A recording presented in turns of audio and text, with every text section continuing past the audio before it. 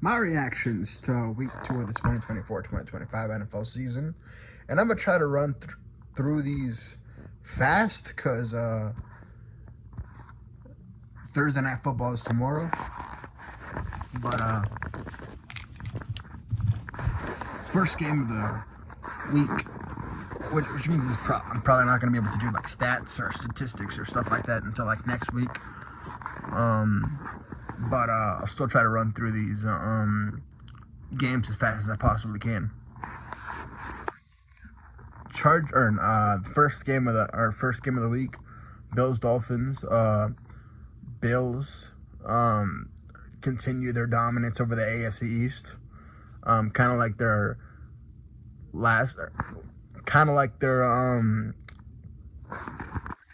Bills continue to run through the AFC East, kind of like the Patriots did before them. The Dolphins, and also, I know I make jokes about Tua Tagovailoa, but in all seriousness, though, I just hope he feels, I just hope he gets better. This is like his fourth concussion in a game. So hopefully he gets better. Hopefully he improves. Hopefully he's healthy. And if I were him, I'd seriously consider retirement. Especially considering he has a wife and kids that he's got to think about. But honestly, I just want what's best for him. But yeah, hopefully Tua is healthy. But my thoughts and prayers go out to him. He's obviously still alive, but yeah, I just hope he seriously considers retiring. But let's get to the next games. Sunday morning football. Raiders-Ravens. Ravens had a 10-point lead until they just stopped running the football out of nowhere. John Harbaugh after the game said something like, "Oh, we didn't bring Derrick Henry in to give him 35 carries." Then what else did you bring him in for? I mean, if you weren't going to run the football with him, then what's the fucking point of bringing him in? But as a result, they ended up losing the game, even though they were up by 10. Great comeback win for the Raiders. Ravens are now 0-2, and his brother, Jim Harbaugh, is now 2-0 with the Chargers.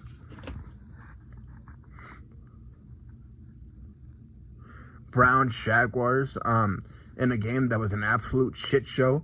The Jaguars ended up losing. Browns won. Their defense, it was a defensive battle, basically. The Browns offense obviously struggled with Deshaun Cosby behind center. And for the Jaguars, Trevor Lawrence just needs to play a lot better. He's not playing like terrible, but he definitely needs to play better in order for the Jaguars to start winning these games. Colts Packers. Anthony Richardson probably had his worst game of his career. Had like 3 interceptions against the Packers. After balling out the week prior, Packers ended up winning even without Jordan Love, who's going to be out until like October, I think. Late October, early November. But yeah, great win for the Packers. And for the Colts, they need to get their shit together. They play the Bears next week at home, so we'll see how that game goes.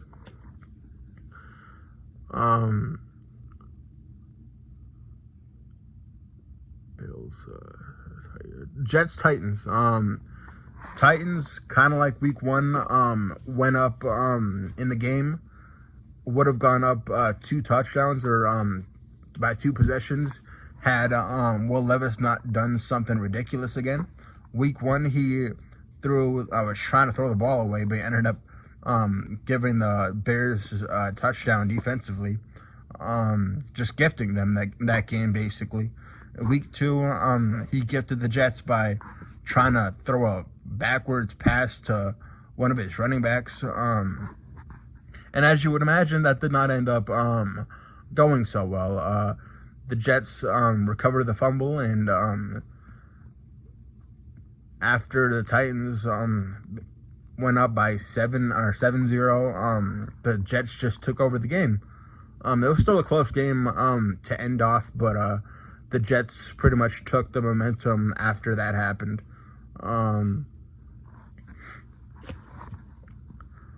Chargers, Panthers. Justin Herbert for the Chargers didn't really do much for against the Panthers. Didn't really have to. The Panthers are an atrocity. They are a disgrace to the cat teams, and they're a disgrace to the NFL. I mean, they're just a shit show. They've been a shit show ever since David Tepper's been the owner for them. And yeah, they ended up benching Bryce Young after week 2. And I feel bad for Bryce Young, honestly. I mean, it's not his fault he can't see over the line of scrimmage. The dude's like 5'9", less than 200 pounds. But that's not his fault. He never asked to be that size. But then again, that hasn't really stopped Kyler Murray. But I mean, Kyler's a special guy. He's he's short, but the thing with Kyler is he can run like the Roadrunner from Looney Tunes, and he can pass like he's got a freaking catapult as an arm. Dude just got a rocket launcher as a.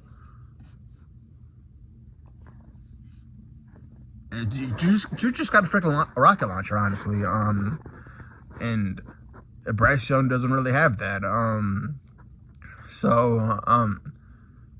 He was a kind of a bust for the Panthers, but it was mainly the organization who couldn't support him.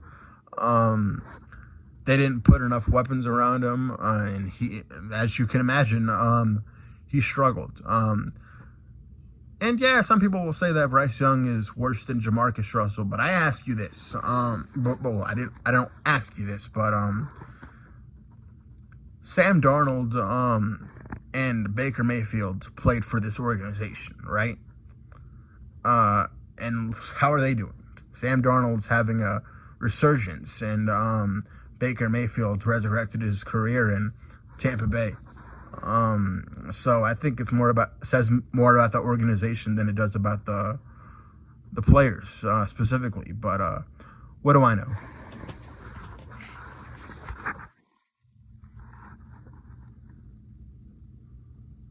But the Chargers are now 2-0, and the Panthers are 0-2, obviously.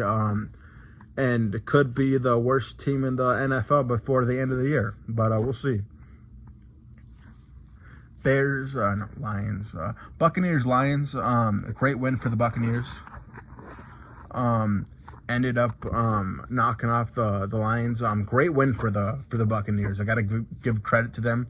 As much as it sucks that the Lions lost, because I'm a Lions fan, I got to give credit to the Buccaneers. They're a hell of a team, and Baker Mayfield, like I said, he's definitely revived his career in Tampa Bay, and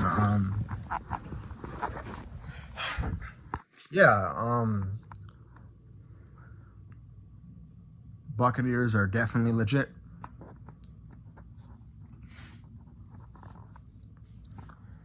Uh, 49ers, Vikings.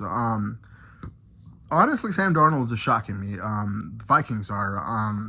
I was not expecting this out of Sam Darnold, based off of everything that I saw in New York, but and Carolina. But he's definitely having a resurgence right now. He had an insane touchdown to Justin Jefferson, 97-yard touchdown, craziest play of the weekend and the week. But in my opinion, Brock Purdy played pretty bad. Niners are missing CMC. and I think Debo also got injured. So that's not good for them. And for the Vikings, Kevin O'Connell's a hell of a coach, and they got a lot of talent on the Vikings. And yeah, they're going to be a tough out. I think the Niners play the Rams this week, and who are practically an infirmary right now, and the Vikings play the Texans in Minnesota. Falcons, Panthers, Saints, Cowboys, or Saints, Cowboys. Saints, basically what happened in this game, the Saints took out their belts and proceeded to hit the Cowboys from behind. I mean, they hit them on the behind, not from behind. They pretty much beat them like they stole something. I mean, it was just ugly. The Saints. The crazy thing with them is that, the first 6 drives of the game, they all of them ended in touchdowns. Like they just took it to the Cowboys. Defensively, they got ran through like a college girl. And the Cowboys, yeah, they and I said this before. Well, not in the video, but I'm gonna say this now. I'm not gonna judge the Cowboys on what they do in the regular season. That does not matter to me because every time they do really good in the regular season, they suck in the playoffs. So I'm not gonna judge them until they get to the playoffs. If they get to the playoffs, we'll see. But yeah, I'm gonna have to see it to believe it if the Cowboys are gonna end up in the Super Bowl. So the Cowboys, they play the Ravens the week 3, and the Saints play the Eagles in New Orleans. That should be a great game, but we'll see.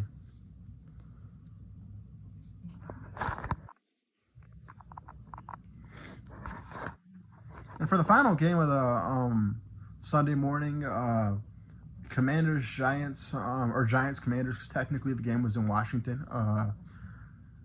Giants scored 3 touchdowns and still lost to a team that scored none. That should tell you everything. They got destroyed by the Vikings the week before, and they lost embarrassingly. Like I said, they didn't have a kicker. Their kicker got injured early in the game, and they lost because of that. They didn't have a backup plan. And the Commanders, their kicker kicked like they signed their kicker, I think, earlier that week, and he kicked like 7 field goals, which has got to be a record, honestly. But the Commanders won, and they didn't even score a single touchdown against the Giants, who scored 3 touchdowns. And yeah, just an absolute shit show in New York. But on the bright side, at least if they're the worst or one of the worst teams in the NFL, they get to draft either Travis Hunter or Shedeur Sanders. I'd say Shedeur Sanders because they need a quarterback right now. Daniel Jones played pretty well against Commanders, but he usually always does. And yeah, it's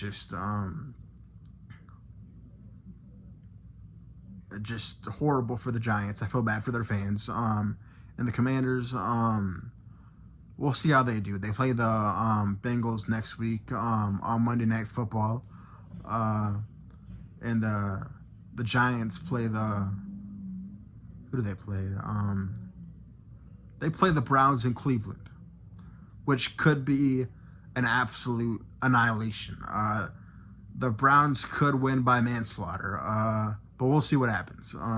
Sunday afternoon football, Broncos, Steelers, another shit show. Although Justin Fields did look pretty good for the Steelers, but defensively, the Steelers wrecked shop on the Broncos, and the Broncos couldn't do anything offensively. They almost scored a touchdown, which I think would have helped them win the game, but Bo Nix almost called them Bo Picks because he threw an interception in the red zone. And yeah, the Broncos are they're a young team. I'm I'm not giving up on Bo Nix yet. I'm not a Broncos fan, but I like Bo Nix, and I think that he could be a very good quarterback, but he just needs time. As for the Steelers, their defense is just they're monsters, basically, in the best way possible. And yeah, the Steelers play the Chargers next week, which should be a good game in Pittsburgh. And the Broncos play who do they play? The Buccaneers in Tampa Bay. We'll see how that game goes. Bengals Chiefs. I skipped a game. My bad. Bengals Chiefs. Or Chiefs Bengals Chiefs, because technically the game was in Kansas City. So Bengals Chiefs. Bengals played their asses off, but still lost in heartbreaking fashion to the Chiefs. Yeah, just a disappointing loss for the Bengals. Play their hearts out, and for the Chiefs, they just find ways to win the game, or to win games. They're the two-time defending champs, and could be the first team to ever have a three-peat in NFL history, but we'll see. And for the final game of Sunday afternoon football, Rams Cardinals. Wait, did I forget a game? Hold on. I know I forgot a few games. Seahawks Patriots. Sunday morning football. My bad. I forgot a game. Seahawks played really well. Geno Smith and specifically played really well. Had a big game against the Patriots, and for the Patriots, they played pretty well too. But they lost in overtime on a game-winning field goal kick. And yeah, the Seahawks play the Dolphins, who are injured. Well, they're not really injured, but their quarterback is. So their season could be over.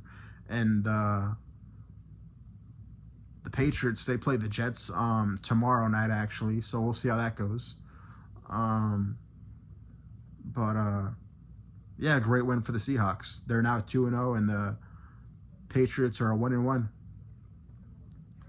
But for the final game of before Sunday Night Football, Rams Cardinals. The Rams, they played really well week one,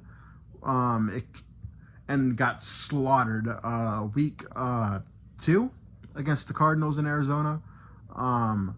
Kyler Murray is playing at a high level. He's balling out of his mind right now. At least until the new Call of Duty comes out. Then he'll be preoccupied in that. But Marvin Harrison had a bounce back game, like 2 touchdowns, after only having like a reception for 4 yards week 1. And yeah, they just absolutely just wrecked shop on the Rams, who are practically in the morgue right now. Their whole team is basically. Aaron Donald retired before the season, I think, or towards the end of last season, I think, or at the end of last season. And Cooper Kupp got injured in the game. Puka Nacua got injured the week before. So the Rams are practically their season's on life support at the very least. I think they're in the morgue, but we'll see. They play the Niners Sunday, and the Cardinals, they play the Lions, my Lions. Hopefully the Lions win that game, but we'll see. Sunday Night Football, Bears, Texans. Both defenses played really well. Bears defense is arguably top 5. Well, in my opinion, they are a top 5 defense. They got that much talent. And Texans, their defense played really well against Caleb Williams too, which helped them win the game. And C.J. Stroud played a little better than he played really well and played better than Caleb Williams. And yeah, the Texans ended up winning the game.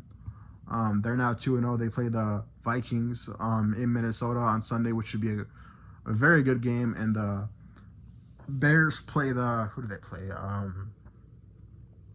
They play the Colts on Sunday.